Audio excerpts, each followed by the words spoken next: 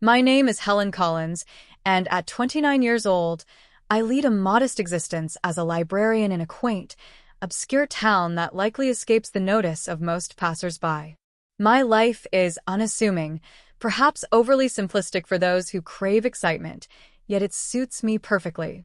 I've always been reserved, finding solace in the quiet companionship of books rather than the clamor of the outside world.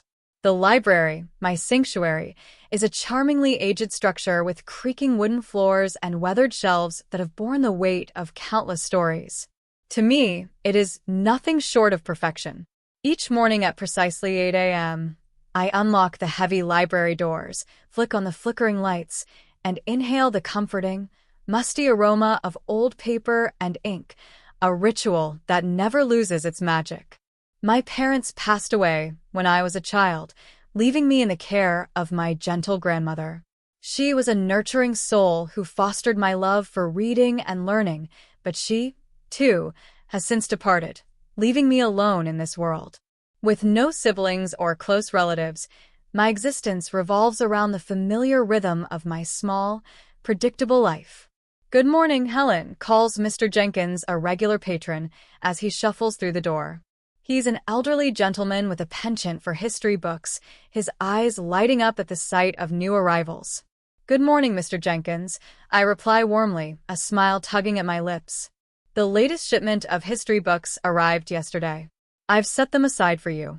You know me too well, dear," he chuckles, his steps slow but purposeful as he heads toward the designated shelf. The day unfolds in its usual, comforting pattern.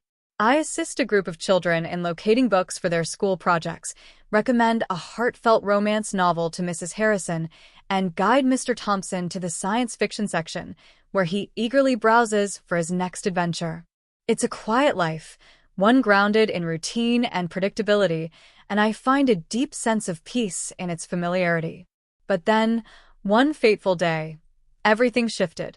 That was the day Jack entered my world. He stepped into the library, his presence striking an unfamiliar chord. Dressed in a crisp, tailored suit and exuding a quiet confidence, he seemed out of place among the dusty tomes and worn furniture. He approached the counter, his eyes scanning the room before settling on me. "Can you help me find a book?" he asked, his voice smooth and disarming, carrying a warmth that caught me off guard. "Of course," I replied, striving to maintain my composure. "What are you looking for?" "It's a novel, The Great Gatsby, I believe," he said. "Right this way," I responded, leading him to the classics section. As I handed him the book, our fingers brushed for the briefest moment, sending an unexpected jolt through me. It was a fleeting touch, yet it lingered in my thoughts long after. "Thank you, Helen," he said, glancing at my name tag with a smile. "I'm Jack. It's nice to meet you." That brief encounter with Jack marked the beginning of something extraordinary, a love I believed would endure forever, a journey that would pull me from the tranquil life I cherished into a whirlwind of chaos and heartbreak. If only I had known then what I know now, perhaps I could have steered my path differently. But life offers no forewarnings, and sometimes we must learn its lessons through painful experience. After that first meeting, Jack became a frequent visitor to the library, which puzzled me, as he didn't strike me as an avid reader. Yet each time he appeared, he'd request a book recommendation and linger to chat. One afternoon, as I struggled with a heavy box of newly delivered books, he approached with an easy grin. "Need a hand with that?" he offered, striding over. "That would be wonderful. Thank you," I said, relieved. As we worked together to shelve the books, he turned to me with genuine curiosity. "So, Helen, what drew you to working in a library?" he asked. I shrugged, a faint smile crossing my face. "I've always loved books. They're like old friends, you know? Plus, it's peaceful here, a world apart from the noise outside." He laughed, a warm, infectious sound. "I can see that. It's like stepping into a different realm." With each visit, our conversations deepened. I learned that Jack worked in his family's real estate business, a world far removed from my own. He was effortlessly charming, and for the first time in years, I felt truly seen, as though someone was genuinely interested in the quiet contours of my life. Then, one day, he caught me off guard with a question that changed everything. "Helen, would you like to have dinner with me tonight?" he asked, his eyes bright with hope. I blinked, caught in a moment of surprise. "Like a date?" "Yes," he said, his smile widening. "Exactly like a date." I hesitated, my heart racing. This was uncharted territory, a step beyond the safety of my routine.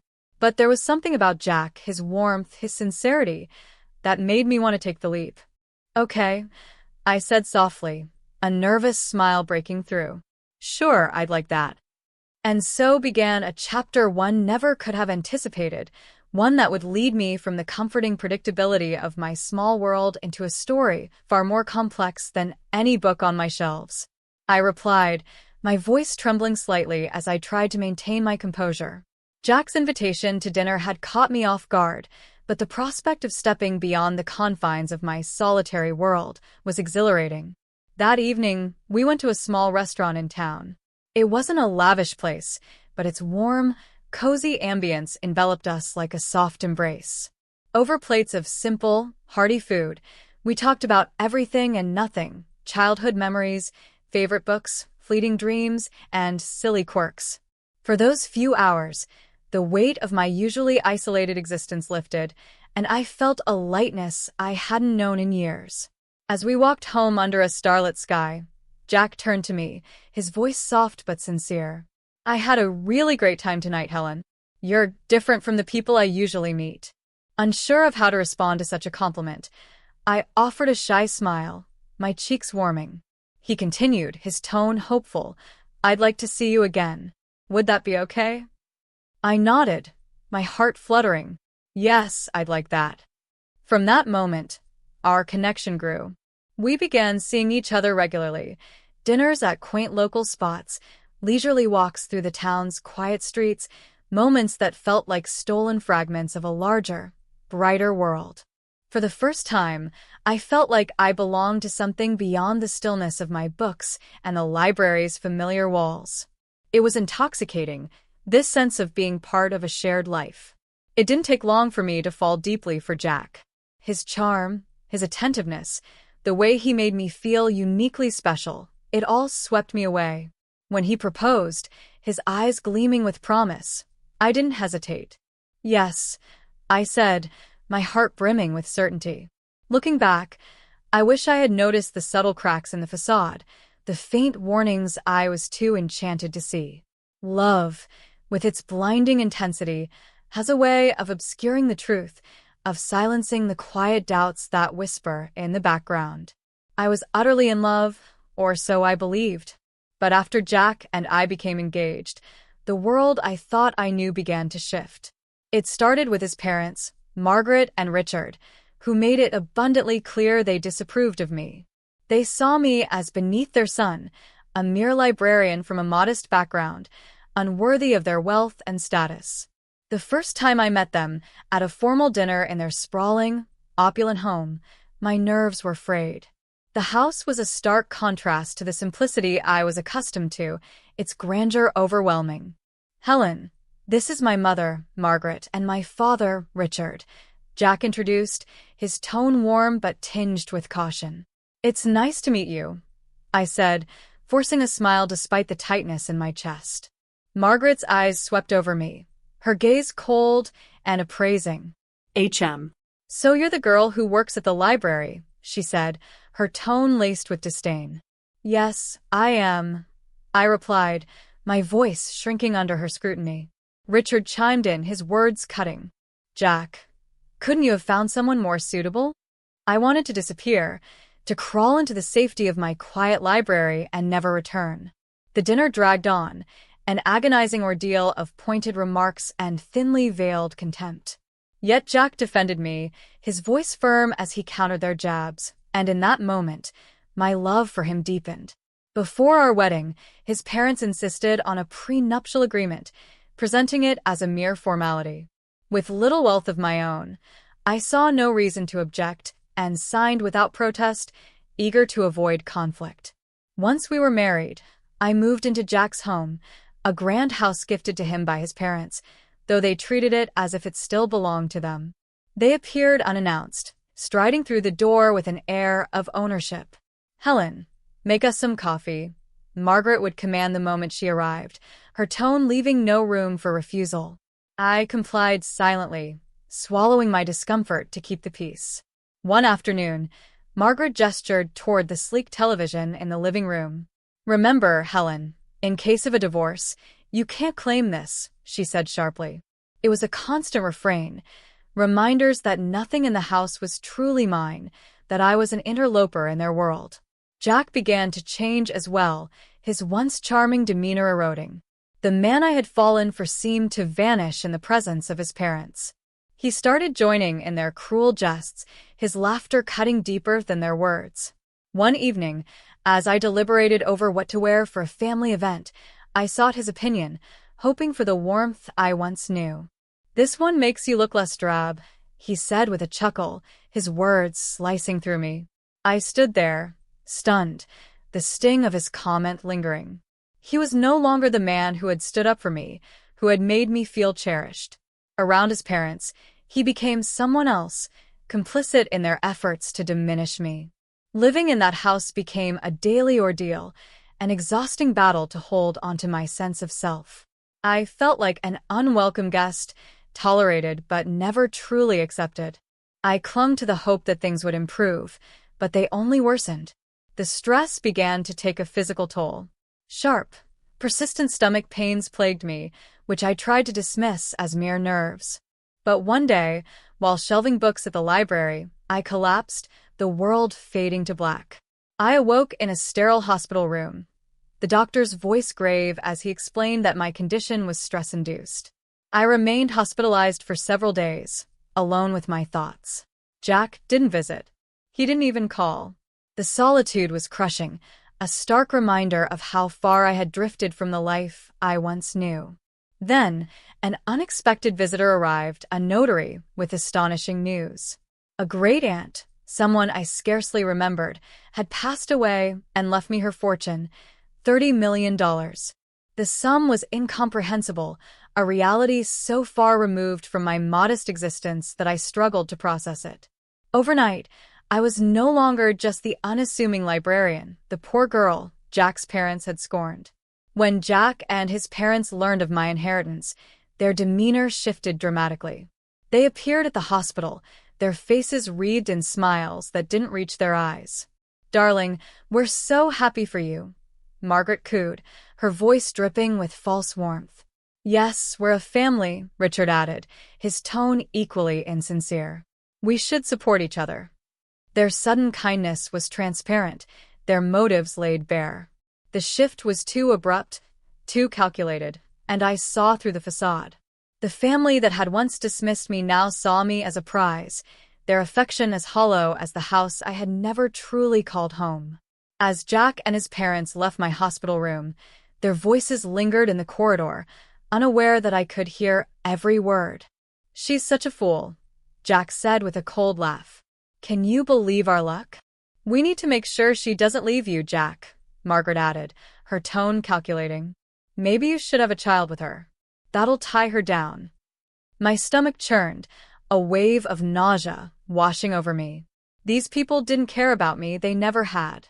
Their affection, their sudden warmth, was nothing but a facade, a greedy grasp for my newfound wealth. In that moment, clarity pierced through the fog of my heartbreak. I knew what I had to do. I had to escape that suffocating house, sever ties with these manipulative people, and reclaim control of my life. I refused to be their pawn any longer. Discharged from the hospital, I returned to the house with a plan crystallizing in my mind. Jack and his parents were waiting, their faces plastered with insincere smiles, playing the role of a doting family they had never been. "Oh, Helen, we were so worried about you," Margaret exclaimed, her voice dripping with false concern. I nodded, keeping my expression neutral to avoid arousing suspicion. Jack sidled closer, his eyes glinting with barely concealed eagerness. "So, when do you get the inheritance?" he asked, his tone too casual. I met his gaze, searching the face of the man I once thought I loved, now a stranger cloaked in deceit. "Soon," I replied coolly. but it's not something you need to worry about." His smile faltered, a flicker of unease crossing his features. "We're married, Helen. What's yours is mine, right?" "Of course, darling," I said, forcing a smile that felt like a mask. That night, sleep eluded me. Their voices echoed in my mind, their fake concern, their blatant greed, each word a fresh wound. Unable to bear it, I rose from bed and began to write. Page after page, I poured out everything, their cruel remarks, their calculated manipulation, the betrayal that had shattered my trust.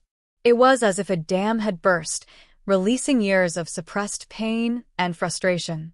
The next morning, I met with a lawyer, laying bare the truth of my marriage.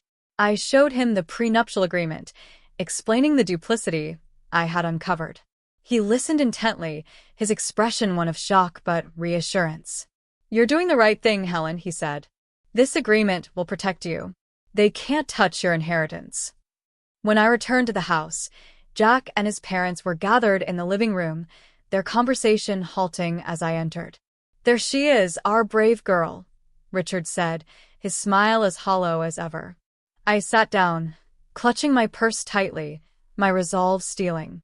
"I have something to say," I began, my voice steady despite the storm raging within. Their curious gazes fixed on me, unsuspecting. "I'm filing for divorce." The room fell into a stunned silence, the air thick with disbelief. Then Margaret erupted, her face contorting with rage. "What?" "You ungrateful little—" Jack shot to his feet, his voice desperate. "Helen, you can't be serious. We love you. Do you, Jack?" I countered, my tone unwavering. "Because I don't feel loved. I feel used." Margaret's eyes blazed. "We'll sue you." "We'll take half your inheritance." Calmly, I reached into my purse and produced a copy of the prenuptial agreement, holding it up like a shield. "Actually, you can't. This states that neither of us can claim the other's property in case of divorce." Their faces froze, speechless for the first time since I'd known them. A surge of empowerment coursed through me. I was no longer the timid librarian they could belittle. Standing, I delivered my final words.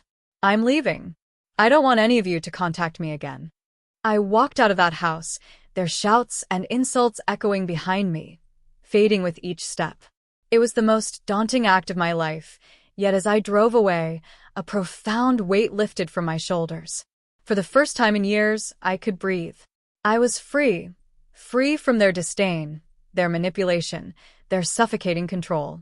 I rented a modest apartment in the city, a simple space that was wholly mine. It lacked the grandeur of Jack's house, but its walls held something far more valuable: peace.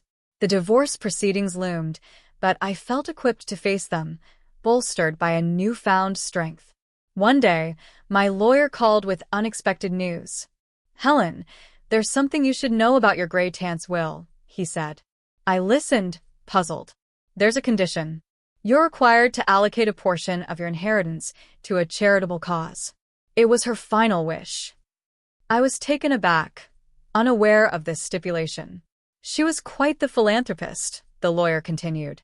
"It seems she wanted to pass that legacy on to you." Hanging up, I sat in quiet contemplation. My great-aunt, a woman I barely knew, had not only given me financial freedom but also an opportunity to create something meaningful. It felt like a sign, a gentle nudge toward a new path. I began researching charities and causes, determined to honor her wish with intention. I wanted to support something that resonated deeply, a cause that could transform lives, just as my life had been transformed. As I sifted through possibilities, a sense of purpose took root. The future was uncertain, but for the first time, it felt like a canvas of opportunity rather than a shadow of my past. I didn't know what lay ahead, but I was certain of one thing: it would be better than the life I had left behind. As I searched for a cause that would truly make a difference, I discovered a small organization dedicated to supporting women who had endured domestic abuse. Its mission resonated deeply with me, echoing my own journey of breaking free from a toxic environment. Moved by a newfound sense of purpose, I reached out to the organization and arranged a meeting.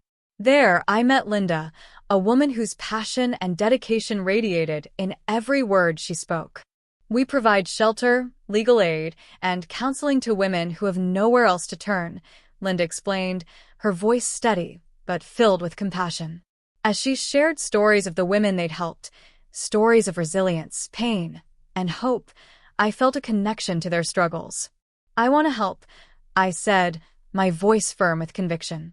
It was a feeling I hadn't experienced in years, a spark of purpose that ignited something within me. With Linda's guidance, I allocated a significant portion of my inheritance to fund a new shelter. The process was both daunting and exhilarating, but knowing I was creating a safe haven for others who had faced hardships like mine filled me with an indescribable sense of fulfillment. A few weeks later, Linda invited me to the shelter's opening ceremony. It was a modest event, but the air buzzed with hope and gratitude. As attendees mingled, sharing stories and smiles, I spotted a familiar face in the crowd. "Helen, is that you?" Sarah, an old colleague from the library, approached, her eyes wide with surprise. "Sarah, it's been so long," I said, embracing her warmly. "What are you doing here?" she asked, curiosity lighting up her face. I shared my story, the shelter, my involvement, the journey that had brought me here. Sarah listened, her expression a mix of awe and admiration. "That's incredible, Helen. I had no idea." "It's a new chapter for me," I said, a genuine smile spreading across my face. We spent the evening catching up, reminiscing about our days at the library and marveling at how our paths had diverged. Reconnecting with an old friend felt like a small but meaningful step toward rebuilding my life.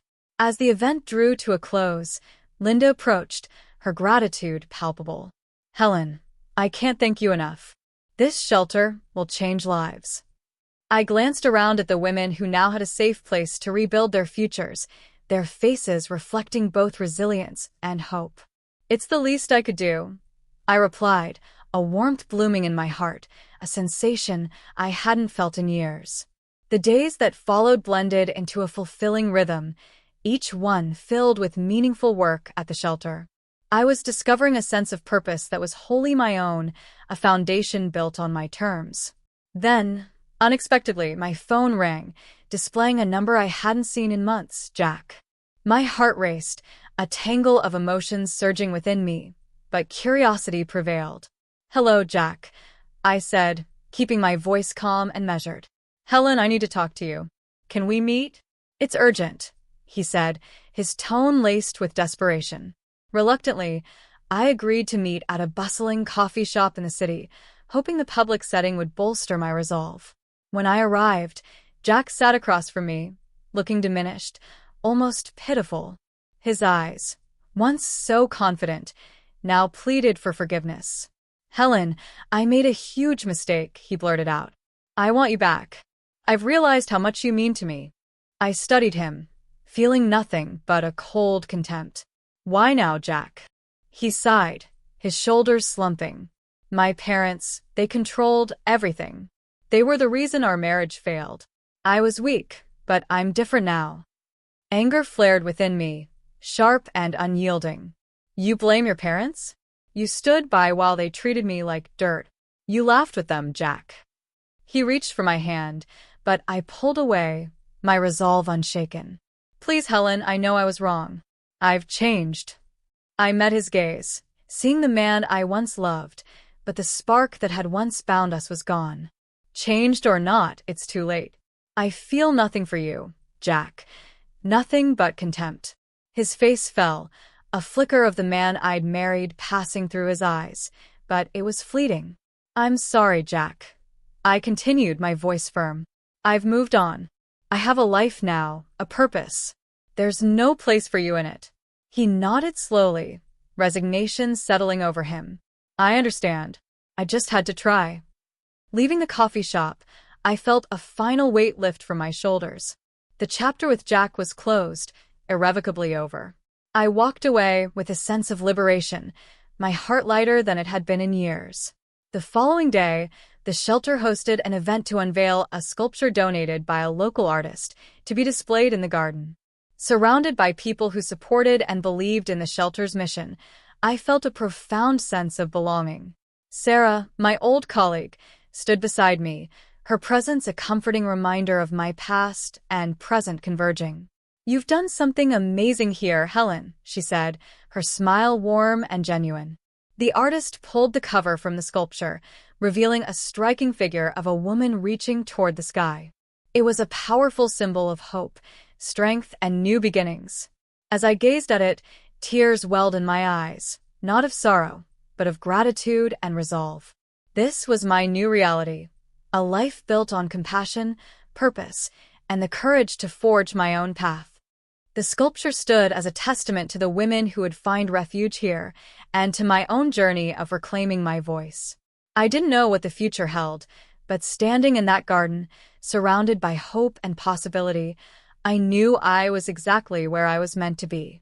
Applause erupted, filling the air with a vibrant energy that made the world feel, for a fleeting moment, perfectly aligned. Linda, the remarkable woman who had guided me through this transformative journey, approached with a radiant smile. "Helen, this is just the beginning," she said, her voice brimming with conviction. "There's so much more we can do." I gazed at the faces around me, each one illuminated with hope and resilience, and knew she was right. This was my new beginning, a chapter one was ready to embrace with every fiber of my being. My life had transformed into something busy, fulfilling, and wholly my own. Each day at the shelter brought fresh challenges and profound rewards, nurturing a confidence I hadn't known in years. For the first time, I felt truly in control of my destiny. Emboldened by this newfound strength, I even enrolled in self-defense classes, a bold step I would have never considered in my former life. One afternoon, as I left the shelter, I noticed a familiar car parked outside. My heart sank as Margaret, my former mother-in-law, stepped out. "Helen, we need to talk," she said, her voice softer than I'd ever heard, almost fragile. "I have nothing to say to you, Margaret," I replied, my tone steady, fortified by the resilience I'd built.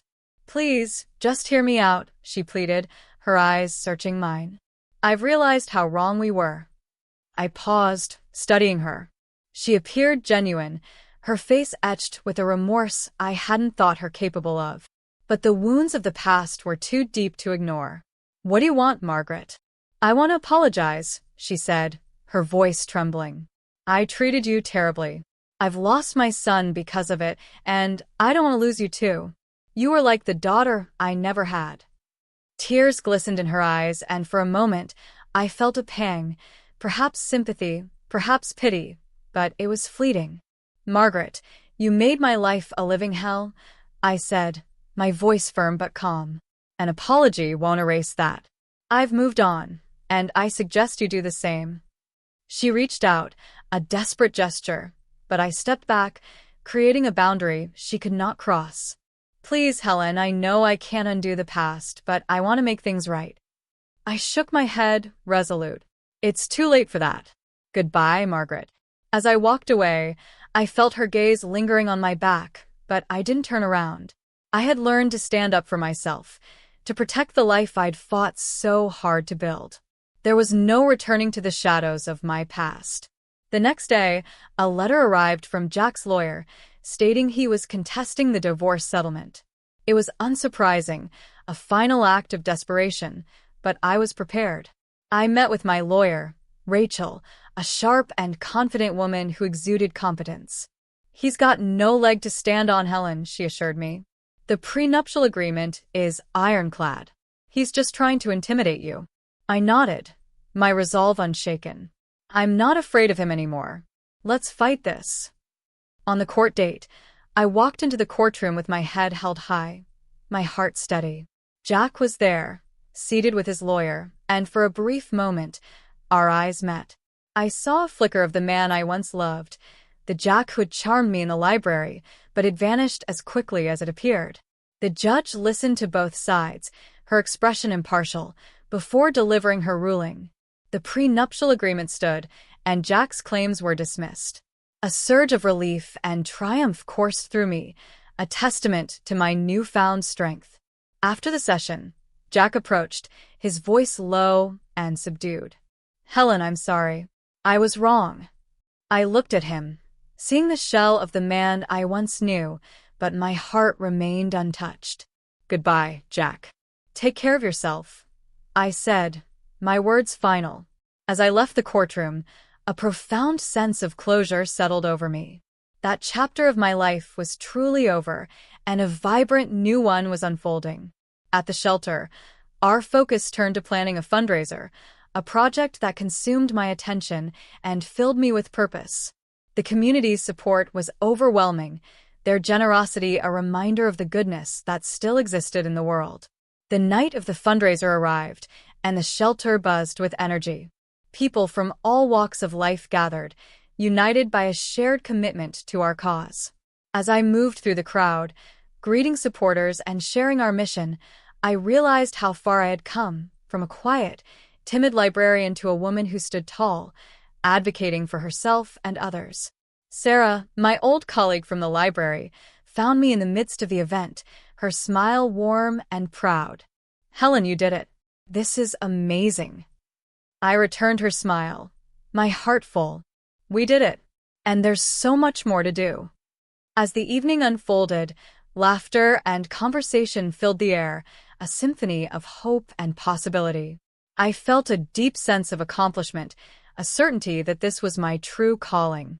This was my life now, rooted in purpose, surrounded by people who believed in the same values I did. Standing in the glow of the fundraiser's success, I knew I was exactly where I was meant to be, ready to embrace whatever the future held with courage and conviction. Please feel free to comment below if you like this. Remember to like and subscribe for more.